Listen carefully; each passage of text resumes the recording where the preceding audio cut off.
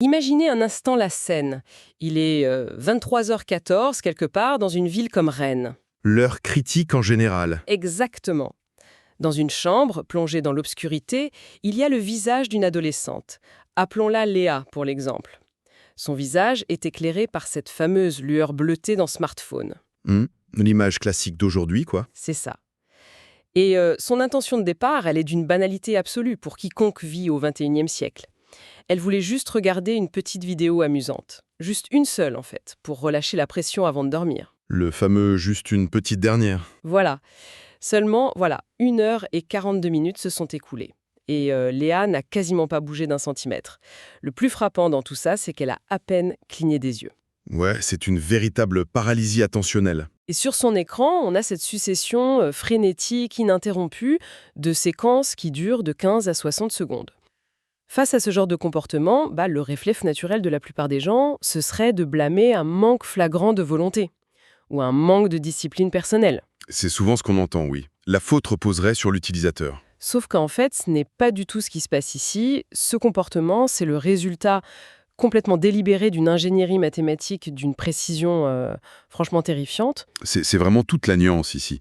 Réduire cette immobilité nocturne à un simple problème de contrôle de soi, c'est ignorer totalement l'infrastructure technologique monumentale qui opère en arrière-plan. D'accord. Ce qui se joue dans cette chambre à Rennes, et honnêtement dans des millions d'autres au même instant, ça ressemble davantage à la plus vaste expérience de conditionnement comportemental jamais déployée à l'échelle de notre espèce. Et c'est très exactement le cœur de notre exploration aujourd'hui. Bien sûr, l'application qui retient toute cette attention, c'est TikTok. Évidemment. Donc, pour comprendre vraiment l'ampleur du phénomène, on va plonger dans une masse de documents assez vertigineuse aujourd'hui.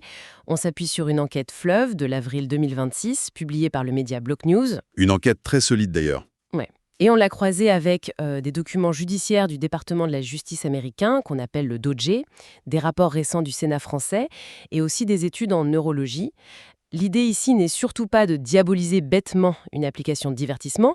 Non, ça n'aurait pas grand intérêt de faire juste un procès d'intention. Exactement. La mission, c'est vraiment d'ouvrir le capot, de regarder comment les rouages tournent à l'intérieur, comprendre comment un simple algorithme réussit à capter 1,99 milliard d'êtres humains chaque mois, C'est un quart de l'humanité, c'est fou. et surtout comment cette captation arrive à générer 50 milliards de dollars de bénéfices nets annuels. Je suis ravi de lancer cette analyse parce que c'est fascinant. Et pour saisir cette mécanique, il faut d'abord abandonner tous nos anciens référentiels sur les réseaux sociaux. Longtemps, le paradigme, c'était le réseau social au sens strict. C'est-à-dire Le fil d'actualité de nos amis, voilà une plateforme qui montrait ce que nos amis publiaient, ou bien ce qu'un utilisateur déclarait explicitement aimer. Mais cette approche est complètement obsolète aujourd'hui. L'architecture qui génère ces 50 milliards dont on parle, elle ne se soucie absolument pas des déclarations d'intention. En fait, elle traque les impulsions. Et c'est là que l'enquête de HubSpot révèle un document interne vraiment hallucinant. C'est le fameux système de notation interne.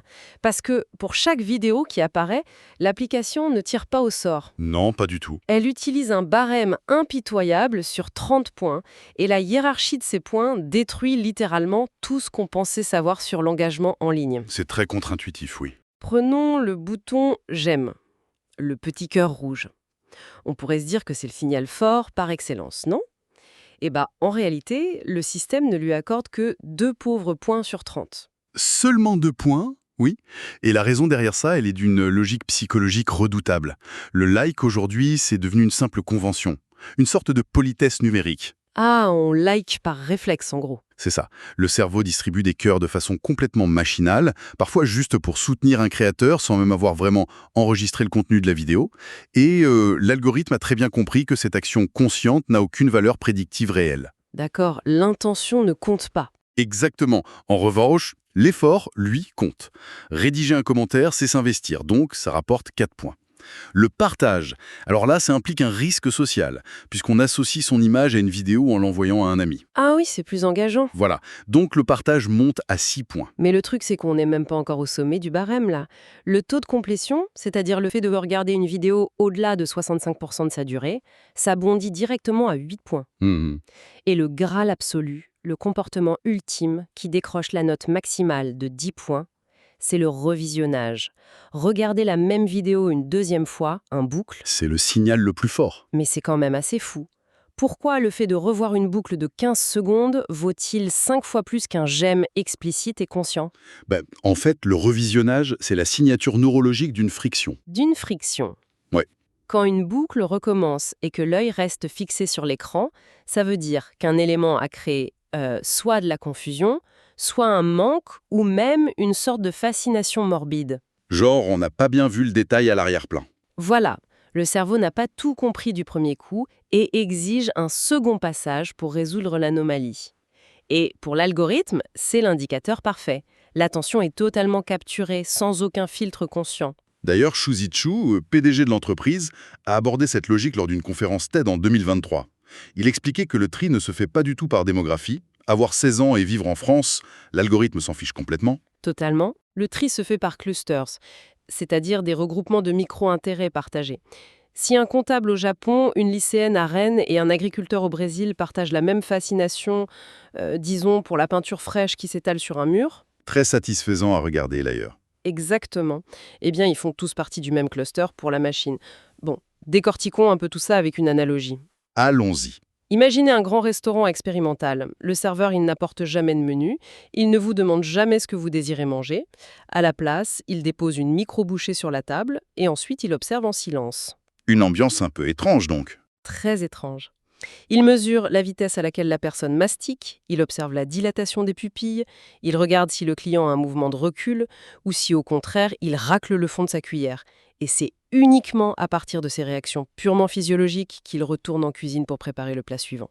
Ce qui est fascinant ici, c'est que cette comparaison illustre parfaitement le changement de paradigme. Ah oui, Parce que dans ce restaurant, le serveur ne cherche pas à savoir si le plat est apprécié gustativement parlant, il cherche uniquement le plat qui empêchera le client de se lever et de quitter la table. c'est pas du tout la même chose. Sur le plan cognitif, la différence est monumentale. Je veux dire, il est tout à fait possible de rester complètement figé devant les images d'un accident de voiture sur le bord de l'autoroute. Ouais, le fameux regard qu'on ne peut pas détacher. Voilà. Et ça ne signifie absolument pas qu'on aime les accidents. Sauf que l'algorithme, lui, ne fait pas la différence entre l'horreur et l'amour. Il détecte la paralysie attentionnelle, il la traduit en points, ces fameux 10 points, et hop, il vous resserre un nouvel accident de voiture dans le fil d'actualité.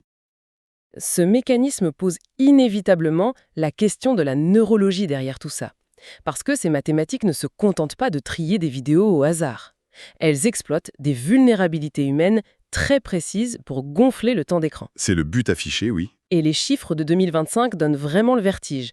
La moyenne mondiale s'établit à 97 minutes par jour et par utilisateur. Plus d'1 heure et demie au quotidien. Les documents neurologiques expliquent cette hyperconnexion par ce qu'ils appellent le schéma de renforcement à ratio variable. Un terme très clinique. Très. Mais attends, est-ce qu'on parle de la même mécanique que celle des machines à sous dans les casinos? C'est très exactement le même ressort. Incroyable. Si chaque vidéo proposée était exceptionnelle, le cerveau humain s'y adapterait très très vite. La production de dopamine chuterait et l'envie de poser le téléphone apparaîtrait tout à fait naturellement. On serait rassasié, en quelque sorte. A l'inverse, si on avait une succession de contenus complètement ennuyeux, ça provoquerait la fermeture immédiate de l'application. La clé, c'est l'imprévisibilité. Le système va proposer 2 vidéos moyennes, une vidéo sans aucun intérêt, et là, soudainement, une vidéo qui déclenche une hilarité incontrôlable ou une indignation féroce. Le jackpot. Le jackpot, exactement. Le cerveau devient complètement accro à la recherche de cette récompense aléatoire. Le glissement du pouce vers le haut sur l'écran, ce n'est plus un choix conscient. C'est littéralement l'actionnement du levier de la machine à sous. Et l'enquête de Block News souligne d'ailleurs que le système pousse le vice jusqu'à apprendre à lire nos silences. Ça, c'est particulièrement bluffant. L'algorithme analyse les pauses. C'est facile de mentir en cliquant sur « J'aime » par politesse. Mais c'est impossible pour un être humain de simuler consciemment une pause de 7 secondes sur une séquence vidéo spécifique. Et le code capte cette micro-hésitation. Il lit entre les lignes, en fait. Ouais. Un autre concept redoutable ressort aussi des documents, c'est la vélocité d'engagement. C'est-à-dire que la quantité brute de réactions importe beaucoup moins que la vitesse à laquelle elles se produisent. 500 commentaires générés en 20 minutes ont infiniment plus de valeur que 5000 commentaires répartis sur 24 heures. Ce qui favorise la viralité instantanée. Mais du coup, si la machine favorise ce qui réagit dans la seconde, ça a forcément un impact direct sur le type de contenu qui survit, non ? C'est une conséquence mécanique et inévitable. La réflexion, la nuance ou la contextualisation, ça demande du temps de traitement au cerveau humain. Oui, on ne peut pas analyser un discours géopolitique en un quart de seconde. Exactement. Par contre, l'émotion pure, le choc visuel, l'outrance ou le clivant, ça génère une réaction viscérale immédiate, de l'ordre du quart de seconde. Le système va donc mathématiquement propulser les contenus polémiques ou choquants et il va étouffer par la conception même de son code tout ce qui invite à la lenteur intellectuelle. Mais jouons l'avocat du diable un instant. D'accord? Si cette application arrive à fournir avec une efficacité aussi absolue les émotions fortes ou le divertissement que le public réclame, est-ce que c'est vraiment de la manipulation? Ne pourrait-on pas considérer que c'est juste la réponse parfaite à la demande humaine? Les humains veulent être distraits, et ben la machine les distrait parfaitement. C'est un argument qu'on entend souvent. Mais le docteur Fabrice Lollia, dans ses travaux très récents, démontre cet argument en introduisant la notion de parcours intentionnel. C'est-à-dire? La loi de l'offre et de la demande, dans le monde physique, ça implique une fin, une satisfaction.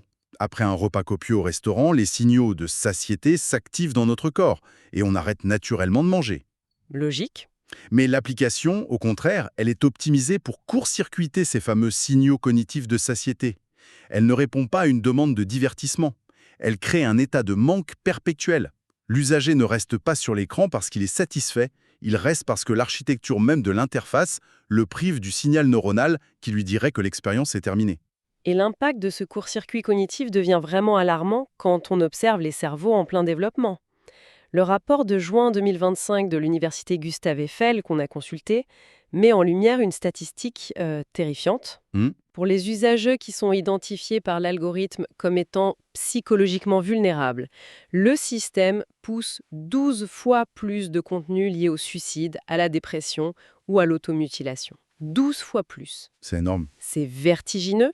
C'est d'ailleurs ce qui a déclenché de multiples actions en justice en France à la fin de l'année 2024, menées par des familles qui ont été confrontées à des drames terribles. Oui, on s'en souvient. Et la situation devient franchement paradoxale quand on analyse la stratégie de la maison mère, ByteDance, sur son propre territoire national. C'est vrai que le grand public l'ignore souvent, mais l'entreprise opère une version chinoise de l'application qui s'appelle Douyin. Et technologiquement parlant, c'est exactement le même moteur, le même algorithme. D'accord. Mais l'usage qui en est fait révèle une asymétrie fascinante. Sur Douyin, l'entreprise a imposé un environnement radicalement contraint pour les adolescents, par défaut. C'est là que ça devient vraiment intéressant. Parce qu'on ne parle pas d'un simple filtre parental facile à contourner par le premier ado venu. L'application s'arrête littéralement de fonctionner après 40 minutes d'utilisation quotidienne. Point. Terminé. Écran noir. Et en plus de ça, il y a un couvre-feu technique infranchissable à 22 heures. Surtout, le fil d'actualité de ces jeunes utilisateurs sur Douyin est inondé de contenu éducatif. On y trouve des expériences de physique, des cours d'histoire, des visites virtuelles de musées. Rien à voir avec les danses virales, donc. Rien à voir. Les ingénieurs ont donc délibérément construit le système d'engagement le plus redoutable de l'histoire de la planète, tout en sachant pertinemment qu'il fallait en protéger leurs propres adolescents par des barrières de béton armées. Pourquoi une telle protection d'un côté et une vanne laissée grande ouverte, sans aucune limite, pour le reste du monde? Si l'on relie ça à la situation globale, l'analyse froide de l'industrie apporte une réponse très simple. C'est la maximisation des profits publicitaires en Occident. L'argent, tout simplement. Oui, le marché européen et américain fonctionne sur l'économie de l'attention pure. Chaque seconde qu'une personne passe dans cette boucle compulsive, même si elle génère de l'anxiété ou de la dépression, ça se monétise très cher auprès des annonceurs. Donc mettre des limites, ça coûterait trop cher. Simplement le modèle économique de l'entreprise. Quant aux amendes potentielles, même si elles sont massives, elles sont juste considérées par ces géants comme de simples coûts opérationnels balayés par les milliards engrangés. Et ces milliards s'accompagnent aussi d'une soif de données qui a fini par révéler les gouvernements un peu partout, parce que pour alimenter ce ciblage au scalpel dont on parlait, l'application a une voracité technique impressionnante. Sur un téléphone Android, elle exige pas moins de 76 permissions distinctes pour fonctionner. 76 permissions, oui. Ça inclut l'accès au microphone, au contact, à la localisation GPS en temps réel.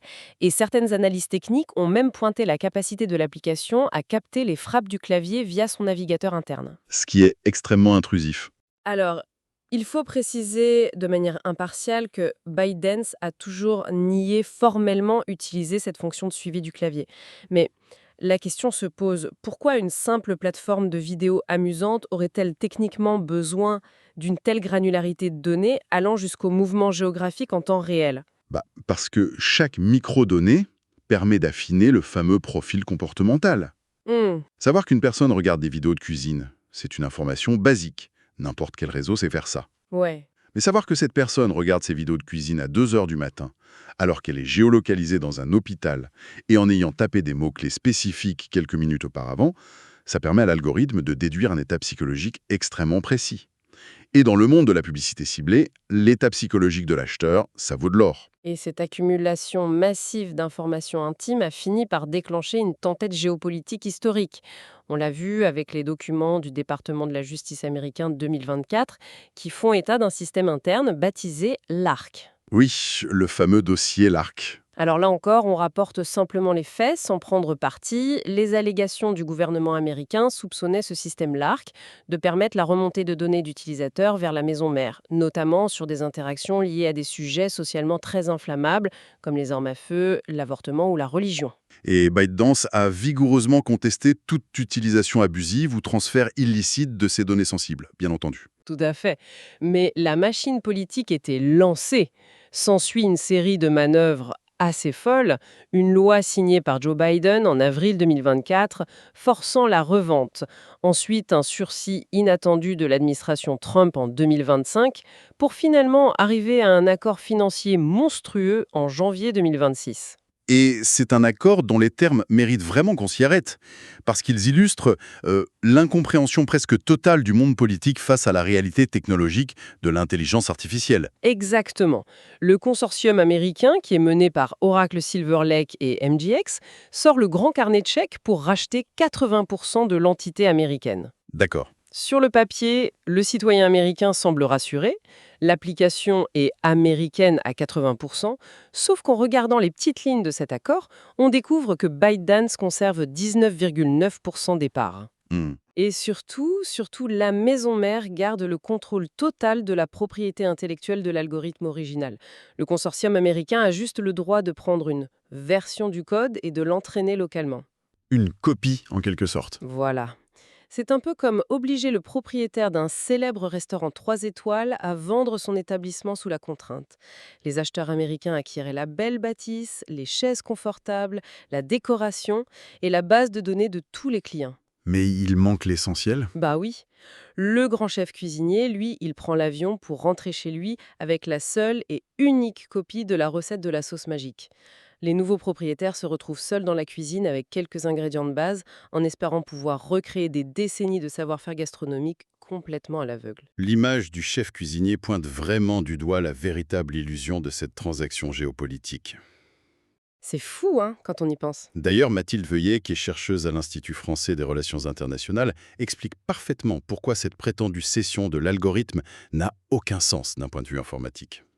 Comment ça? Un moteur de recommandation qui fonctionne à base de machine learning, d'apprentissage profond, ce n'est pas un simple fichier texte qu'on peut copier sur une clé USB et donner à quelqu'un d'autre. Ce n'est pas un PDF qu'on s'envoie par mail. Pas du tout.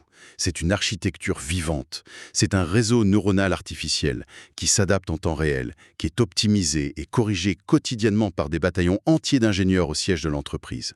Couper ce code de son flux de développement originel, c'est comme débrancher un patient de ses machines de survie. Et d'autant plus que cet accord géopolitique ne concerne qu'un marché isolé, le marché américain.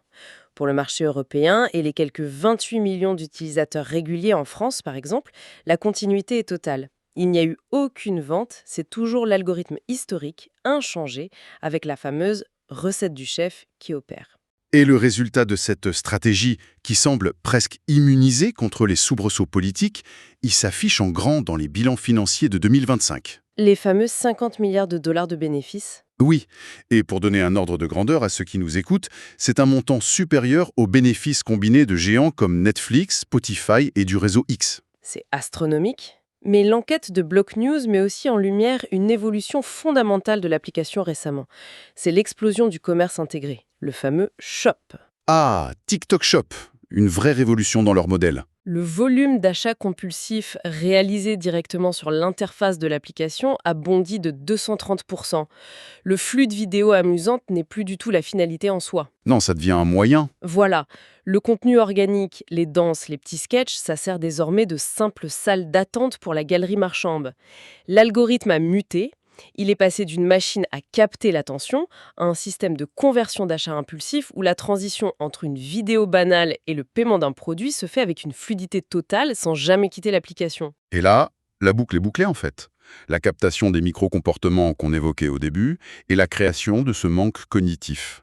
Tout ça, ce n'est que l'infrastructure nécessaire pour générer un acte d'achat irréfléchi et immédiat. Alors, que signifie tout cela pour l'auditoire qui navigue au quotidien dans cet environnement numérique? On a commencé notre analyse avec une adolescente paralysée devant son écran au beau milieu de la nuit et on finit dans les arcanes d'un accord financier à plusieurs dizaines de milliards de dollars qui implique les plus hautes sphères étatiques. C'est un sacré grand écart. Ouais. Le fil rouge de tout ça, c'est que derrière l'interface ludique se cache un système de notation impitoyable.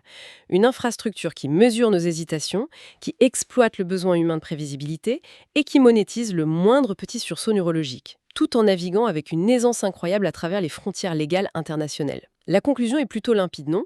Sur cette plateforme, l'annonceur n'achète pas un simple espace d'affichage. Le vrai produit, c'est une cartographie en temps réel des failles cognitives et des réflexes humains. Cela soulève une question importante, et même une réflexion vertigineuse pour les années à venir. Aujourd'hui, cet apprentissage profond de l'inconscient humain, nos peurs, nos indignations instantanées, nos temps d'arrêt inavouables, tout ça est documenté avec une résolution quasi microscopique par la machine. Cette connaissance intime de la psyché de près de 2 milliards de personnes, elle est actuellement exploitée dans un but strictement commercial, pour vendre des espaces publicitaires, des gadgets, des cosmétiques. Ce qui est déjà énorme. C'est déjà énorme. Mais la grande interrogation, la vraie provocation pour l'avenir, c'est la suivante. Que se passera-t-il le jour où une immense entité corporative, ou pire, un acteur étatique majeur, détenant cette carte inestimable de nos vulnérabilités psychologiques, décidera de s'en servir pour un tout autre objectif que le simple commerce? C'est une excellente question.